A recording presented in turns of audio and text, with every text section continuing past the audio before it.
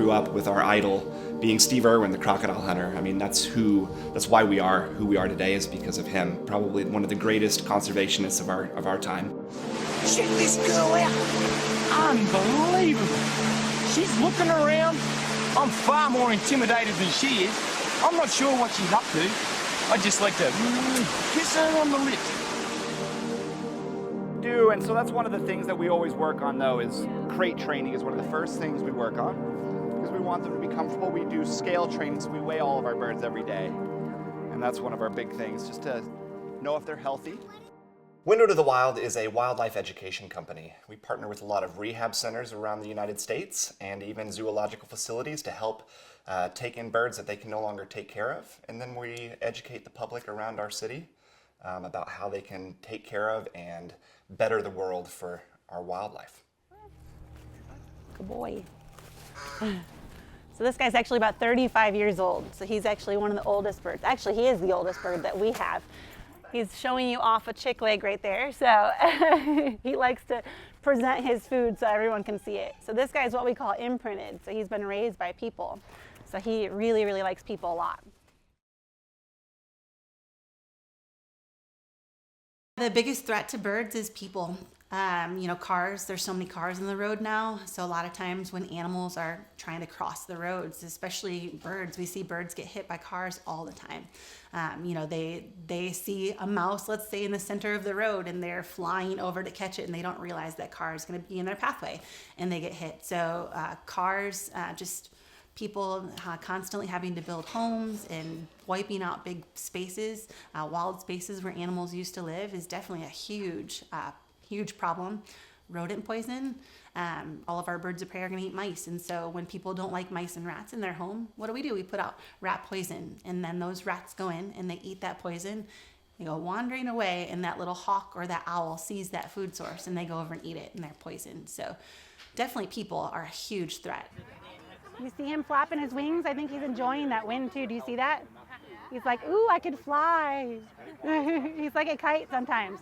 It doesn't take much wind for him to actually lift off of my hand sometimes. We get birds from rehab centers that are either injured or imprinted. Imprinting being raised by people. Our great horned owl is a great example of that. He was illegally raised by a vet clinic for 30 days. This guy's name is Hermes. Hermes is our great horned owl. He's a very good example of what not supposed to do if you find a baby bird.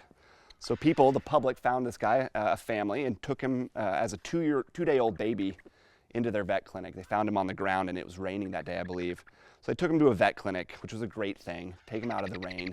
That vet clinic had 48 hours to get him to a rehab center, and they ended up keeping him for 30 days, feeding him, loving on him, petting him, letting public come in and see him.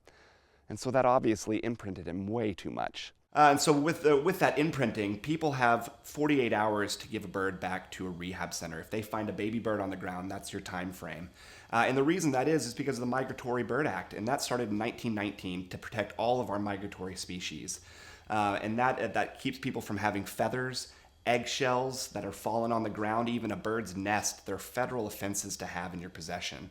And so when people take an entire bird, that's a very, very, very big deal. And so the game wardens can get involved with stuff like that. So that Migratory Bird Act is there for a great reason. People used to hunt birds all the time for feathers just to put in their hats. And so because of that, it's saved a lot of species. We do get a lot of questions all the time. Well, what if he hunted things in his enclosure? Couldn't y'all release him?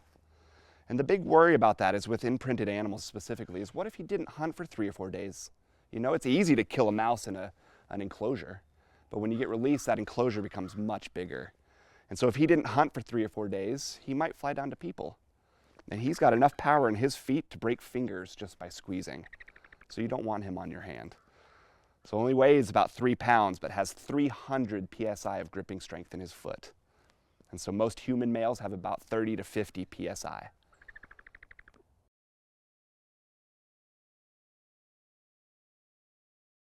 Texas obviously is a huge flyway. There's about 2 billion birds that fly through Texas on their fly zone for migration every single year. So buildings, lights, big cities, lots of lights. A lot of times what happens is those lights around the cities really throw migration off. Animals can get confused. They can run into buildings, hit windows.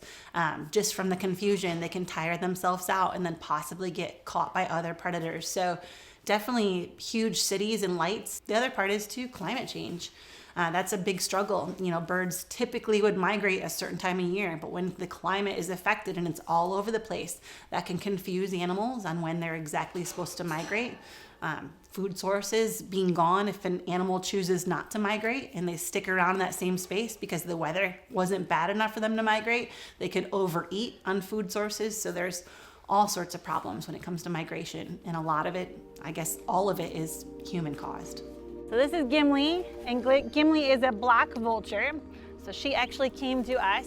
She was a wild vulture at one point as a baby. Her parents decided that they didn't want to take care of her anymore, tried to kill her, and people were able to step in and take her away. They have special enzymes in their digestive system that helps them break down food that's super, super rotten.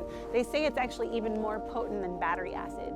So those guys could actually eat food that's way more rotten than any other animal. And so that's why they are so beneficial to have around, because they can eat things that no one else can. Vultures are also one of the few species of birds that actually have a sense of smell. So one of the things I always like to talk about is I grew up hearing if you touch a baby bird, the mom will smell your scent and they'll abandon the baby. But it's actually not true, because most birds can't smell. So vultures are one of those species that can smell, because obviously they have to smell their carrion, the dead stuff, the rotten carcasses of dead animals, to smell their food. So vultures are just such a neat, interesting species. It's so important to have around.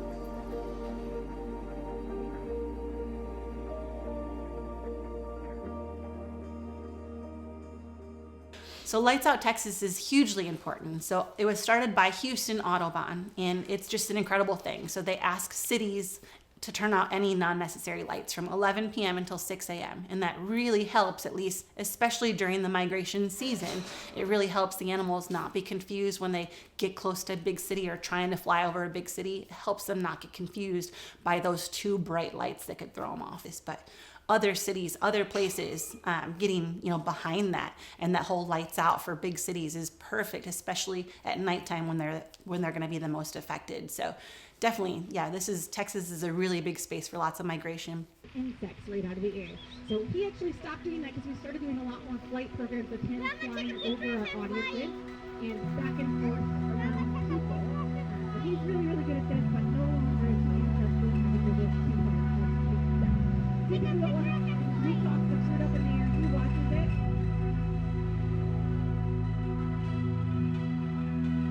If humans decide not to take any steps in the right direction, it's going to cause a lot of problems. We're going to have problems with pollination. I mean, it's not just affecting birds, it's affecting bees, other pollinators, and then we're going to stop having trees. We're going to stop having fruits and vegetables and things like that, all because of pollination issues. The other part too is a lot of our trash is ending up in ocean, and now a lot of the ocean animals, fish that we eat, they're being affected because they're eating lots of trash. Pesticides, all of that pesticides that are running off into the water source, it's affecting any animals that drink water outside, and it's going to affect us too. So we just really need to try to change our actions so that we can help. We noticed that she limps a little bit when it's super cold, so we stopped flying her, at least during the winter, and started letting her at least kind of get what we call fat. But she is still closer if you want closer of her getting those. Yeah, these beautiful feathers, the crown of golden feathers on the top of their head, and a fluffy cotton ball poof on the top of their head, and then those beautiful long kind of needle feathers. These guys are really cool, beautiful birds. East African crown crane.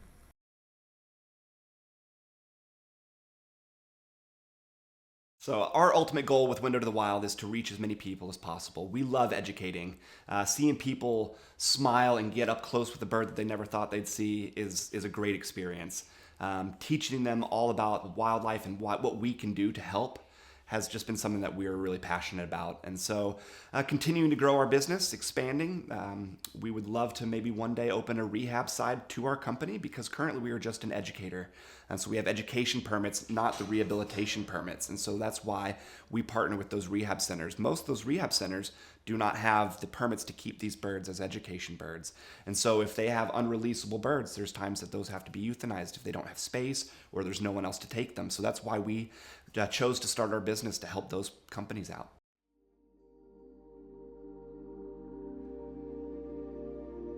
That's a good question. Do I ever want to give up and with our job and running this business? And to be honest, no. I guess my parents trained me, you give 110% when you do something, and no matter how hard something is, if I love it and I'm truly passionate about it, I'm gonna make it happen. And I truly am passionate about education, and I really feel like I was put on this planet to be the voice for wildlife, and that's what I'm gonna do no matter what kind of gets in the way, no matter what financial struggles there are.